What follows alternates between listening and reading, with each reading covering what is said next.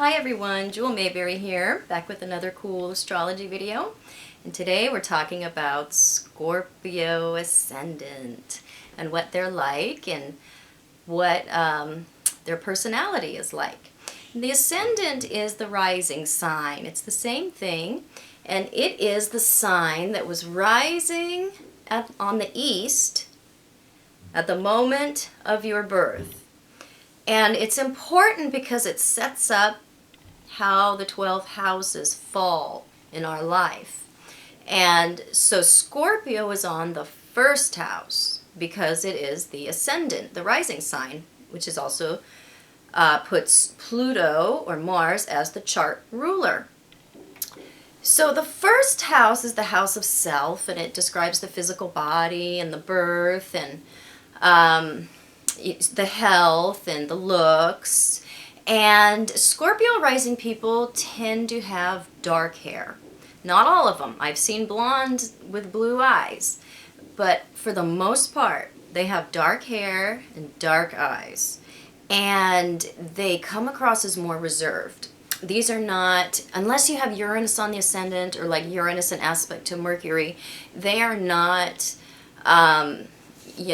real talkative people. They can be in certain situations, such as, we'll talk about that when we get to the 11th house, but they tend to be, they come off as quieter and more reserved. But, the ascendant is just the first layer of our personality. And as you get to know them, you usually find out that they have a lot to say. Second house is, let me get my notes out here. I have my Pomeranian. I forgot to introduce him. This is Itchy. Say hello, Itchy. Hello, I'm the astrology dog. He's actually not. He's pretty useless. He doesn't really do anything except beg for food and yip, but we're going to act like he's useful today. I'm useful. It's not useful. So, second house, we have Sagittarius. And Jupiter is the ruler of Sagittarius. And the second house is really about our early upbringing, our early life, our early childhood. And so it talks about, it is usually a religious upbringing. If it wasn't religious, it was very philosophical, or there was a lot of education. Education was really pushed. Usually it was religion, though, that Scorpio rising actually deals with.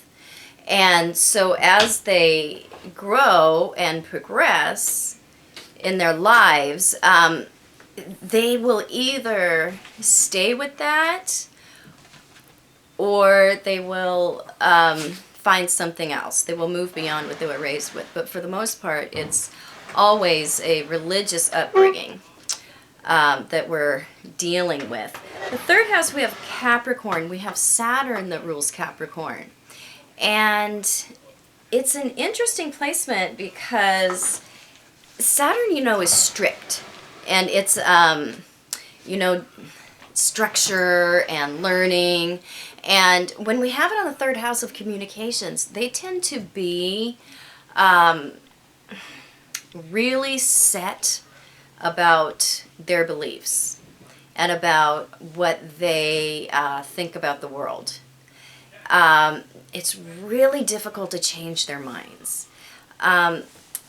They're, real serious in their communication. There's not a lot of small talk. Whatever words they use, they're important. They really want to talk about more serious subjects. There's just not a lot of, frivolous speech with a Scorpio rising. And they tend to mean what they say. They're very sincere. Fourth house is Aquarius, which is, Uranus and Saturn. And the fourth house, describes the home life and, the nurturing that we received and the nurturing that we give and our home environment. And with Saturn there, often there was a mother that was, how do I want to say this? A mother that was very stressed or, you know, had a lot going on. A lot of times it was a working mother, a career woman. But, you know, there was something going on with the mother that she was not able to provide all the nurturing that they needed. And it's, you know, depending on how the moon is placed, because this can be, you know, not a big deal for some people, and for other people, you know, there can be like a real lack of mother love and care. So you really have to look at the moon to see what was going on there in the fourth house.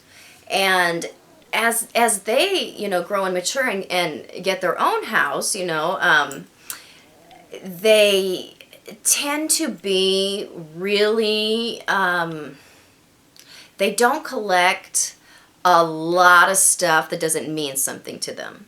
They may be a collector, but whatever they have has meaning. They don't tend to hold on to things that are not meaningful, that they don't have some kind of emotional investment in, or that don't have value. They like nice things. They enjoy quality very much. And Scorpio rising is really not known for, you know, they're the kind of person that will, you know, spend money on one quality thing rather than, you know, a dozen less quality things. So they're very much about quality over quantity. Fifth house, we have, he's getting heavy and he's making groaning sounds. So can you hear that? I'm going to put him down. He's so heavy. I hope he doesn't scratch on the door. He might be. He gets annoying. And fifth house we have Pisces. It was Jupiter. And Scorpio rising has very lofty ideals and ideas about how children should be raised. Because, you know, the fifth house is the house of children. And, you know, gambling, risk. I put pets into the fifth house. It's, you know, romance and fun. And, you know, children are always found in the fifth.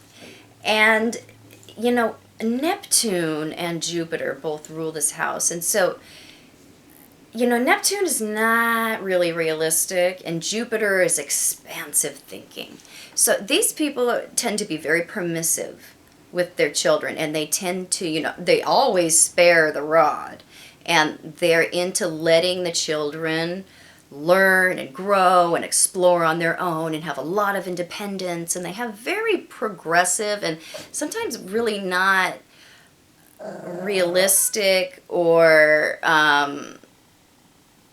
effective ideas about child rearing, because, you know, their ideas can be, you know, so much about, you know, freedom and things that, you know, are good for children to learn, but they have to kind of watch that, because they can be kind of hippie-ish in their attitudes about how children should be raised. The sixth house, we have Mars, Aries. So when we talk about the sixth house, we always have to consider where the ruler is, because the ruler of any house makes a big difference. You know, because the ruler is a certain planet, because every sign has a planet that rules it, and that planet is going to be somewhere having conversations with other planets. So Mars being in the sixth is kind of tricky, because, you know, Mars is action, Mars is anger, Mars is confrontation. It's also strength. The sixth house is, you know, daily work, health. Stop making all those noises. Come here. He's being noisy. You know, it's really the daily grind and health a lot. So, you know, depending on where Mars is placed, like if Mars is in the 8th, or Mars is in the 10th, you can see a doctor or a surgeon. If it's in the 12th, then you see someone whose daily work is about, you know, the unconscious or hidden things or, you know, spiritual things or esoteric things. So, you know, it just depends on where that ruler is and what other aspects it's making. But they tend to...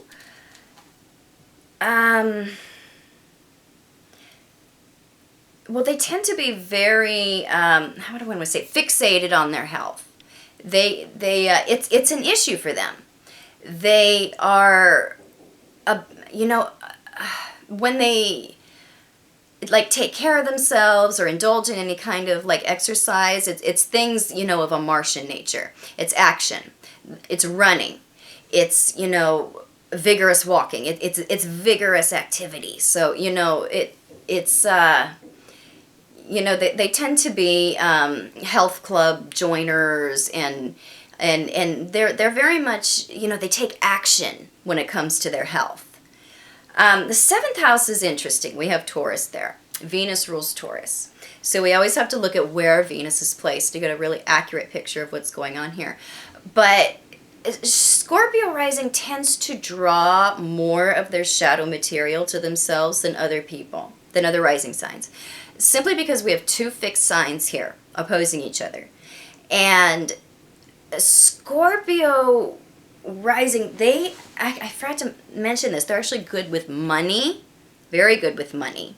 Because, you know, we have Saturn ruling these two personal houses, the 3rd and the 4th, and, you know, Jupiter is learning, and, you know, that's ruling the 2nd. They tend to have a lot of knowledge about how to handle money. And so they tend to draw to them a partner that is opposite, somebody who is more materialistic, someone who is, you know, spendthrift, someone who is very much into the physical, sensual things of life.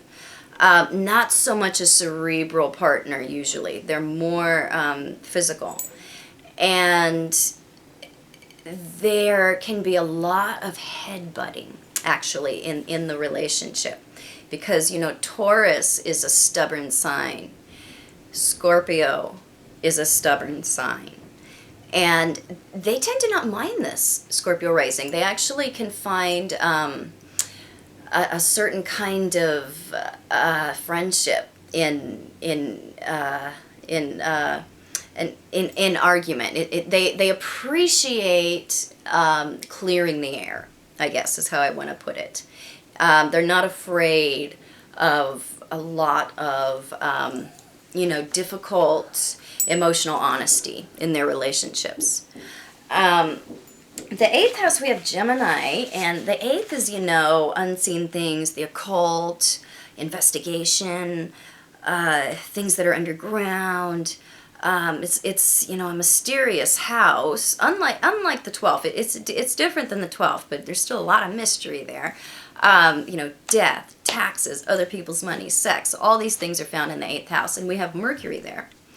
And Mercury is you know, he's curious.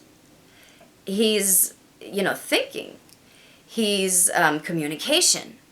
So when we have him ruling the 8th house, there's very much an interest in the things that are going on there. They love to talk about the things of the 8th house. They love it. They love to talk about sex too. Love it. And Scorpio rising, you know, like dirty talk. Any, you know, communication about, you know, hidden things or esoteric topics or, you know, occult topics. They love to talk about and learn about and think about those things. The 9th house, we have Cancer there. And the 9th house is really where we find our beliefs and our higher mind and our higher learning. And they tend to be very emotionally attached to their belief system. It is everything to them. And when there's a change or something fluctuates, or they have a change in dichotomy, or they, will sometimes go a different route than the religion that they were raised, this can be very hard on them. Because, I mean, it can create an emotional crisis because they're so attached to their belief system that, when it's pulled out from under them, or when it changes, or when there's some questioning there, they can really respond in a very physically visceral way. So, and their beliefs tend to be, more geared toward peace, love, acceptance, love thy neighbor as thyself. Because, we have the sensitive moon ruling this.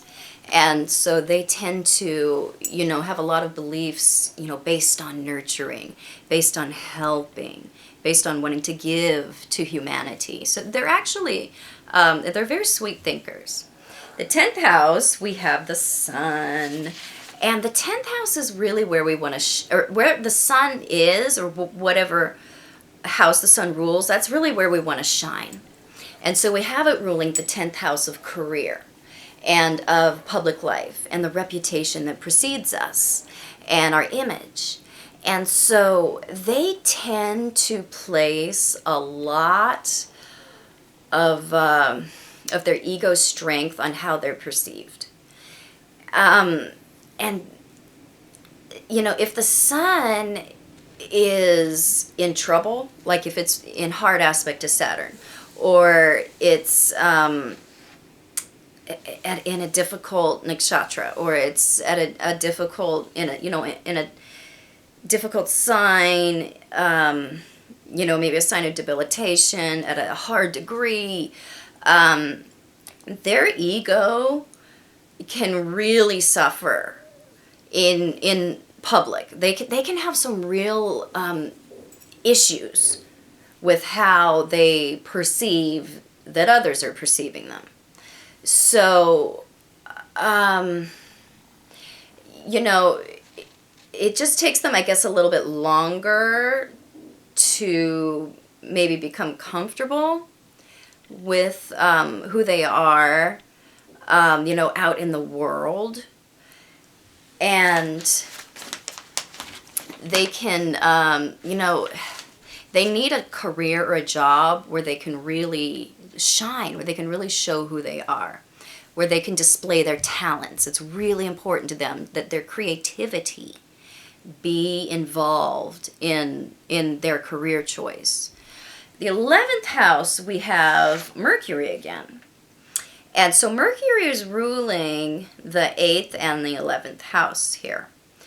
And so, the 11th is really our networking, our hopes and our gains, our wishes, our friends, and our network circle is found there. But it's mainly the house of friends. And, will you stop? Hey, Itchy, don't growl, please. So, when we have Mercury, which is communication, movement, learning, and this is ruling the 11th house of friends, there's a lot of chit-chat with friends.